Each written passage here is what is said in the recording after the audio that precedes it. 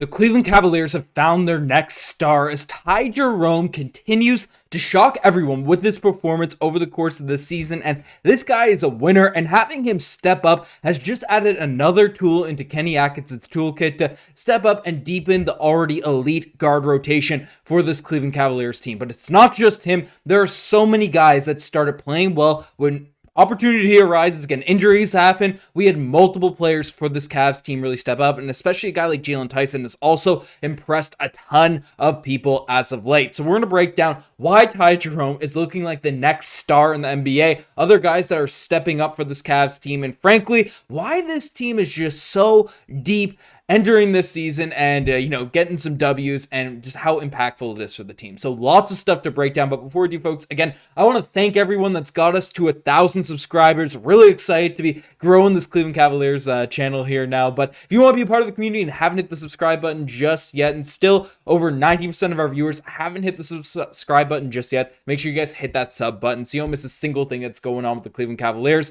including the emergence, the just absolute dominance that's on display for Tai Jerome as of late. And we can take a look at what he did against the New Orleans Pelicans, who, yes, were a depleted team. The Cavs had a lot of injuries, a lot of guys out of the lineup as well. But Tai Jerome, in just 23 minutes of action, he put in 29 points in this game, 3 rebounds, 1 assist, hit 7 threes. And again, this is obviously just a breakout, a phenomenal performance for him. You don't expect Tai Jerome to come out and drop 29 points on that ridiculous of shooting, in that limited minutes, night in, night out. That's not the expectation. That's not what I'm making this video on, saying, oh, Tai Jerome's guaranteed going to be a star every single night. No.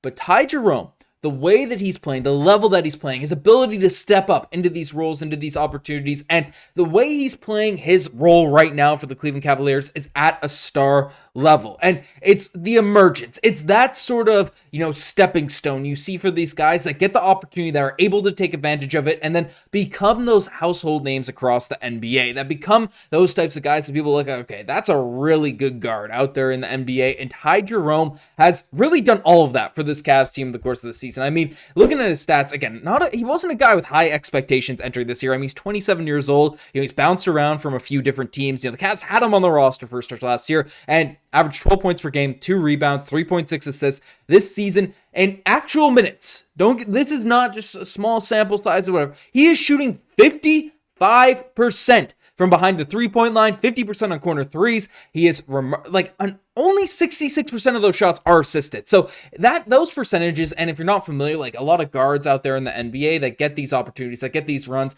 catches and shooting and stuff, the ones that are just spot up catch and shoot shooters, those are the guys that usually have higher percentages because it's an easier look, it's an easier shot. But Tai Jerome is showing that he can run the offense and create his own 3-point shots and shots in general, off the dribble, off the bounce, and is shooting them at a ridiculously high rate, right? It's why, the Kyle Korvers and the Klay Thompsons usually have a higher shooting percentage than Steph Curry, Damian Lillard, but most people regard Damian Lillard, Steph Curry, James Harden as the better kind of all-around shooters. Maybe not Klay. Klay is, there's different aspects to avenues. There's debatable stuff, and depending on what you like. But, I mean, we could take a look at what Tai Jerome did in these games in terms of scoring just all over the basketball and court of his impact. I mean, you can see it here. Missing a shot, staying engaged, staying impactful, right? Coming out down the lane. You sag off, your swag's off. Tai Jerome just has so much confidence right now, letting that shot fly, right? And is able to just, make defenses properly get, 2 guys kind of, adjusted in that pick and roll coverage, right? Tai Jerome is really just, proving that he is an elite level shooter for this Cavs team and does more than just shoot out there on the court. I mean, you see the float game, you see him finishing around the basket, you see him facilitating for different guys. And I know especially, and Cavs are spoiled with Ricky Rubio in seasons past, having a backup point guard position, him and Darius Garland, that sort of, and then people are like, okay, what's going to happen with the backup point guard spot? What's going to really happen here? And now this team, I mean, you see it, 5 feet behind the 3-point line, the confidence to just let it fly, the confidence, look at these threes that this man is reining in here now at this point. He is literally just doing everything that you can ask for, a guard out there for this Cavs team to come out and have an impact. You can see him just really be that exact piece, the exact type of player you'd want to see this Cavs team have coming off the bench. So, I mean, Tai Jerome, again, stepped up against a depleted New Orleans Pelicans team. It wasn't the greatest level of competition, but still anyone that is capable of putting up that level of stats in that few of minutes is someone to get really excited about. But another guy I do want to discuss in terms of this game, because again, it's not that shout outs to Georges Niang, 20 points, knocking down his threes. He's proven me wrong as a guy that is actually an impact player for this Cavs squad. So, great personality, great guy. So I'm boarded the Niang train, even though defensively there are things left to be desired there. But if he's making 6 threes tonight, that's great. But the other guy, I mentioned him in the intro, is Jaylen Tyson. This, rookie, young player, what's the fit? How are you going to get a lot of run? How are you going to prove yourself on a Cavs team that is super deep, that is absolutely loaded, that, isn't in the market right now for, let's give a bunch of young guys some run and see what you can do, right? Tyson, he has to take advantage of all of his opportunities, and frankly, he's proven to, Kenny Atkinson, he's proven to the fans that he should be a consistent rotation player. Because we saw it last night, right? What are these numbers, right? 16 points per game, 16 points, 11 rebounds, 7 assists, 2 steals. Again, I do want to say it is against a New Orleans Pelicans team that is super depleted. I feel bad for all the injuries the New Orleans Pelicans are sustaining right now, but regardless of the competition, right? Tyson, just in terms of his energy, in terms of his hustle, in terms of his vision, right? Like, I'm shocked at his level of playmaking. He's able to create out there at that wing position for this team. And we can take a look. Like, this guy is actually, having an impact for the squad. You can see it hustling out there on boards. He's athletic, in terms of, look at the strength, the arms of this man's, making those types of drives. Be able to knock down shots there in the corner. It's a little bit cut off in the clip. But, he's just a very well-rounded role player. He doesn't do too much, in terms of, when you have a loaded team, you don't want guys to overstep their skill set or, take plays away from Donovan Mitchell, from Tai Jerome when he's cooking. But you see him doing all the dirty work, all the little plays, all of the moments that you need, someone to really step up and, make the right move, make the right cut, make the right play. Tyson's just proven that he is capable of doing that. And for a young player, a young guy coming out here in the NBA and already, this early on into his NBA career, be able to have that impact, be able to have that stretch. I mean, that's a gorgeous spin move right there. A little floater right around the basket. Like, that is a huge positive to have. And his stats don't really indicate, how well he's been playing in his short stretches. Because again, it's limited minutes. It's, small sample size in terms of everything that's going on, but 3.3 points per game, 2.1 rebounds, shooting 38% from the 3-point line over the course of the season, is still just 21 years old. I don't think Tyson has the most.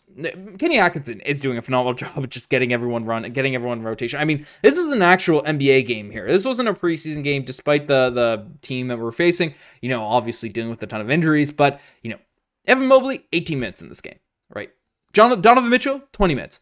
Tai Jerome, career night, just 23 minutes of action. Kenny Atkinson was able to get everyone out there on the court, everyone different run, and that was a great thing to see. And Luke Travers also got some opportunities out there with the main club, because he's been playing really well in the G League. And even though his 3-point shot was a bit off during his this stretch, I still really like what he's able to do at the forward position, just as a facilitator, as a playmaker. And that's a nice thing, having young guys that just know how to play basketball, that have good feel for the game. That's a huge positive to have. And then JT Thor also got an extended look there, knocking down some threes, a little forward position. Like, again, I came into this season being like, okay, the Cavs roster is super complete. It's a really good squad. It's a really nice team. Probably a backup big man is where, you could really have some benefit. You could have some positives. But, JT Thor, Luke Travers, in terms of impact guys, and then obviously Tyson, the way he hustles, the energy he has, being able to slide up into those positions if needed. I mean, the Cavs got some depth, man. I know there's going to be opportunities. Larry Nance is a guy that could fit really well in the squad. There are a lot of potential pathways, especially to hedge your bets, because it feels like the entire NBA is dealing with injuries right now, and the Cavs felt that last night, but we're fortunate. Well, I don't want to say anyone's fortunate for anyone being injured, but the Pelicans, were very depleted. I mean, this is obviously focusing on the Cavs here, but what? DeJounte Murray, CJ McCollum, Brandon Ingram, Zion Williamson, all those guys. Herb Jones, I think, was out. All these players. Trey Murphy, all out with due to injury. So even Tice, they can't even get Tice out there on the court, which is crazy. So I don't know. It's the Cavs also didn't have Darius Garland, didn't have Caris LeVert, didn't have a few guys out there on the court, but Merrill's still out. But players are stepping up. Players are stepping up, and you just love to see that from your team. Craig Porter also has a sneaky good game. Tristan Thompson, 21 minutes. This, 2024. We're going crazy here now at this point. But let me know what you guys think about this Cavs team down below. Like, Tai Jerome is looking like a star here now at this point. I hope, this team keeps things rolling, because right now the vibes are high. Despite a Celtics loss, the vibes are high with the Cleveland Cavaliers. But let me know what you guys think. I'm signing up. Cheers.